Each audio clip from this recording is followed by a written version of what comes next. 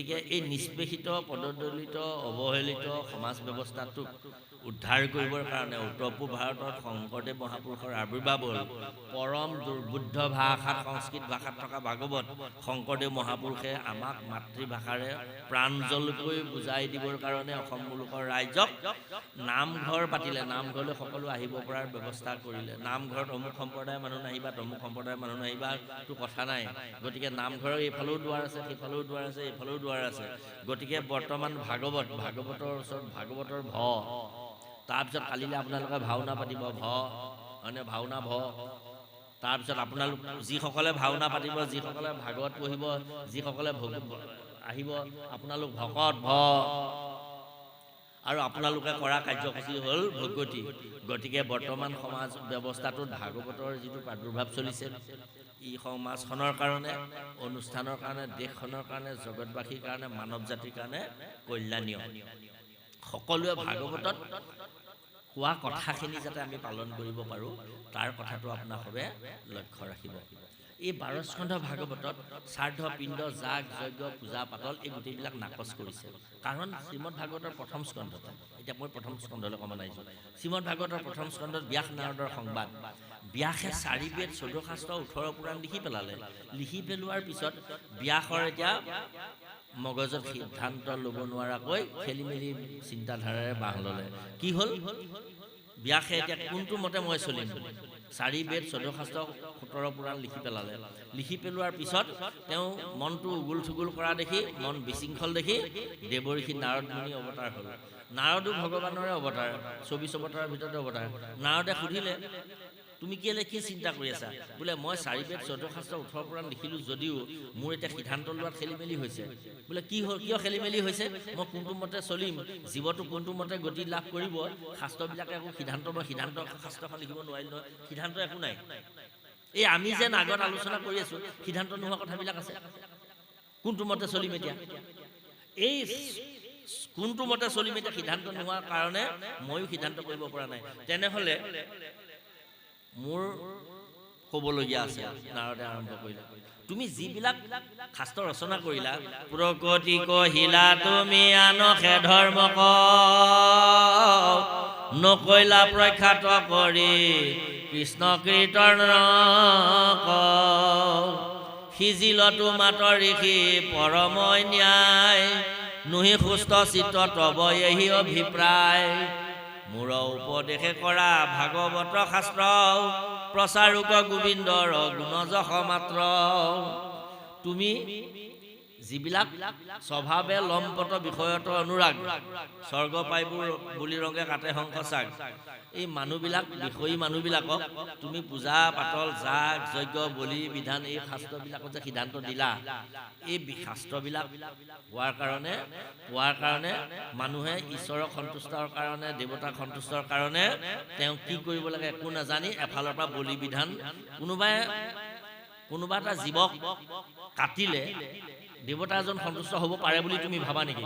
ব্যাসক ব্যাস অবাক মম নামনা পশু হতং বদ ভাগী নৰাধমা অসত্যতং মাতা কি অসত্যতং ন জানাতি মাতা কিং খাদতি সুতম কোনোবা মাকে নিজৰ পুতেকৰ তেজ খাব পাৰে নেকি পৃথিৱীত এনেকুৱা কোনোবা মাক আছে নেকি নিজৰ পুতেকৰ তেজ খাব পাৰে কোনোবা এগৰাকী মাক আছে মাকজনীয়ে নিজৰ পুতেকক যদি অকণমান আঙুলিতে কাটে ক'ৰবাত ফুচ মাৰি ফুটা অকণমান লাগি তেজ অকণমান ওলালে মাকে সেইকণো চাব নোৱাৰে মোৰ ল'ৰাটো এনেকুৱা হ'ল বুলি কিমান হেকুল বেকুল হয় তেনেস্থলত দুৰ্গা যদি জগতৰে মাতা হয় তেওঁক যদি কাটি তেওঁৰ পুতেক এটা কাটি যদি হাঁহে কাটক বা ছাগলীয়ে কাটক বা যাকে নে মহে কাটক কাটি যদি তেওঁক তেজ অকণমান দিয়া হয় মাকে পুতেকৰ তেজ কেলে খাব কেতিয়াও নাখায় বিষ্ণু পুৰাণত দুৰ্গাই গৈ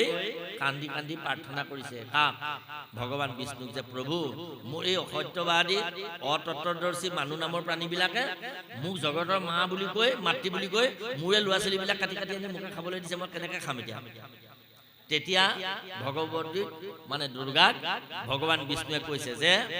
সত্য যুগত এইটো ব্যৱস্থা নাছিল সত্য যুগত শুদ্ধ ধৰ্মই আছিল তেতা যুগত সত্য যুগতে শেষ হ'লে দেৱতাসকলে কিঞ্চিত প্ৰমাদ মানিলে যে আমাকো পূজা ভাগ দিয়া বুলি প্ৰাৰ্থনা কৰিলত দেৱতাসকলে ক'লে যে তোমালোকে আগম শাস্ত্ৰ কৰি আমাক ঢাকি পেলোৱা আগম শাস্ত্ৰ কৰি শ্ৰাদ্ধপিণ্ড যাগযজ্ঞ পূজা পাতল প্ৰৱৰ্তন কৰি কিছুমান শাস্ত্ৰ ৰচনা কৰিলে এইখিনি হ'ল আগম শাস্ত্ৰ এই আগম শাস্ত্ৰবিলাক পাই লোকবিলাক তেতিয়া ত্ৰেতা যুগতে মানে ঈশ্বৰ বিমুখ হ'ল তাৰপিছত দ্বাপৰ যুগ আহিল সেই ত্ৰেতা যুগত ভগৱান বিষ্ণুৱে দুৰ্গাক কৈছে মই নিজে ৰাম অৱতাৰ লৈ দেৱ ব্ৰাহ্মণক পূজা কৰি যাগযজ্ঞ কৰি দেখুৱাবলগীয়া হ'ল আৰু দ্বাপৰ যুগতো মই কৃষ্ণৰূপে দৈৱকী গৰ্ভত জন্ম লৈ দেৱ ব্ৰাহ্মণক পূজা পাতল কৰি দেখুৱাবলগীয়া হ'ল গতিকে মানুহে এই কাৰ্যসূচীখিনি লৈ মানুহে চলি আছে তোমাক এইদৰে পূজা পাতল দি আছে আই ভগৱতী কলিত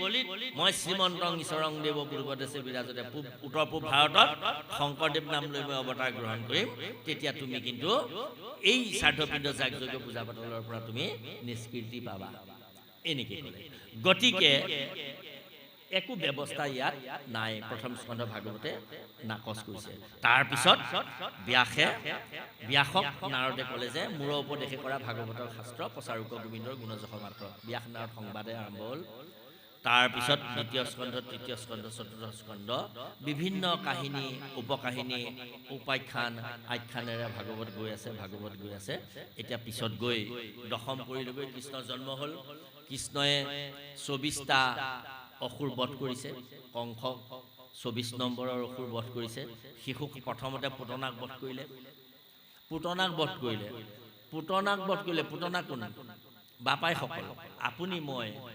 আমাৰ গোটেইবিলাকৰে পূৰ্বজন্ম আছে পুতনাৰ পূৰ্বজন্ম আছে পুতনাক যে শ্ৰীকৃষ্ণই বধ কৰিলে কেলে বধ কৰিলে এটি সৰু কাহিনী কৈ মই অকণমান পিছলৈ যাম কি পুতনা কোন পুতনা হ'ল বলিৰ ভনীয়েকৰ নাম ৰত্নমালাই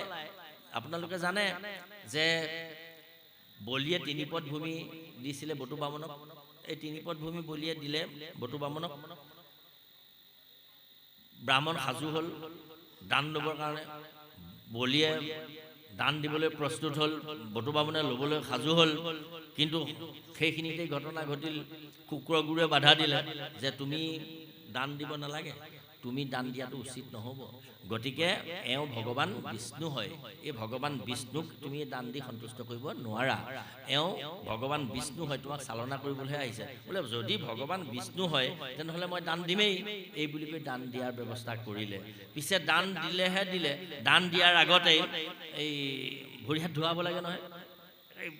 ঘটিটোৰ মানে ভিংগাৰটোত ভিতৰত সোমাই দিলে পানী নোলাবৰ কাৰণে অমংগল দেখুৱাবৰ কাৰণে সেই অমংগল ভাৱনা দূৰ কৰিবৰ কাৰণে বটু বামনে কুশবন এডাল লৈ খোজ মাৰি দিলে শুক্ৰগুৰুৰ ভিতৰত সোমাই আছিলে গতিকে মাখি এটা হৈ গতিকে মাখি দি সমানে এটা প্ৰাণী হৈ পতংগ হৈ সোমাই আছিলে চকু এটা ফুটিলে শুক্ৰগুৰু চকু এটা কণা হ'ল যেই কি নহওক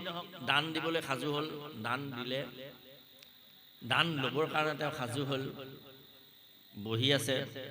থুলন্তৰ কেঁচুৱা ল'ৰা এটি হৈ বহি আছে বটু বামন সকলোৱে আনন্দ মনেৰে চাইছে ইমান ধুনীয়া লোকথুপকে সুন্দৰ চেহেৰাৰ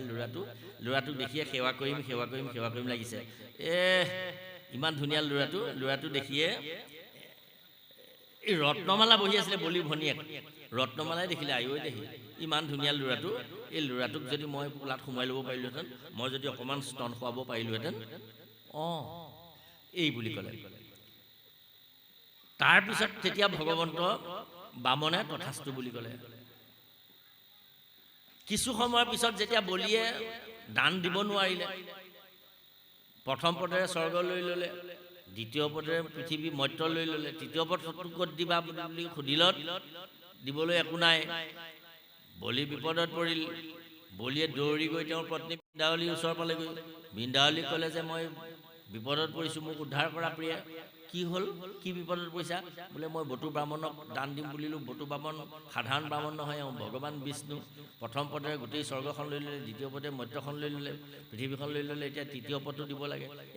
তুমি বৰ অকৰ্মণ্য তুমি নাজানানে ভগৱান বিষ্ণু অনন্তকোটি ব্ৰহ্মাণ্ড ঈশ্বৰ বুলি গম পোৱাৰ পিছত তুমি কায় বাক্য মন্দিৰ দণ্ডৱতে নপৰিলা কিয় বোলে এতিয়া দণ্ডৱতে পৰাগৈ যোৱা এই বুলি ক'লে তেওঁ দণ্ডতে পৰিবলৈ আহোঁতেই ইতিমধ্যে দীঘল দি পৰিবলৈ আহোঁতেই ইতিমধ্যে গৰুড়ক মাতিলে বামনে আহে গৰুড় মিথ্যাবাদী বলিক সত্ৰতে বান্ধ এই মিছলীয়া বলিক বান্ধি পেলা এই বুলি কৈ বলিক বান্ধিবলৈ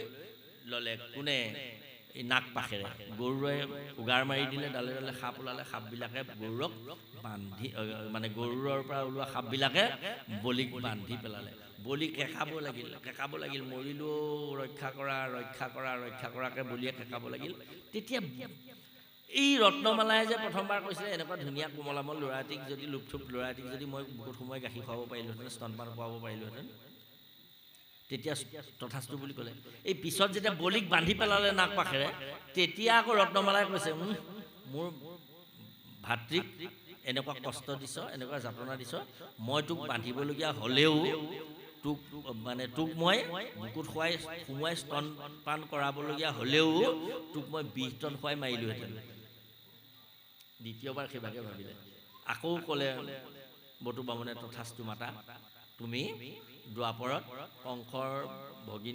মানে ভনীয়েক হৈ কংসৰ ভগিনী হৈ জন্ম লোৱাকৈ পুতনাৰ নাম লৈ তোমাৰ মনোৰথ মই সিদ্ধি কৰিম। গতিকে সেইগৰাকী পুতনা। এই গোটেই দশম স্কন্ধৰ গোটেই কাহিনীবিলাক এনেকৈ লীলাতেই অন্ত হৈছে। গোটেই দশম স্কন্ধৰ কাহিনীবিলাক লীলাতে অন্ত হৈছে। দশম স্কন্ধত অনেক গোটেই কাহিনীবিলাক লীলাতে আছে। এতিয়া ইয়াৰ কাহিনীটো আমি সামৰণি ফালে ভাগত য'ত পঢ়ি আছে তালৈ আহিছোঁ। বেদশিৰা আৰু অশ্বশিৰা এই যে কাহিনী মানে কালি দমন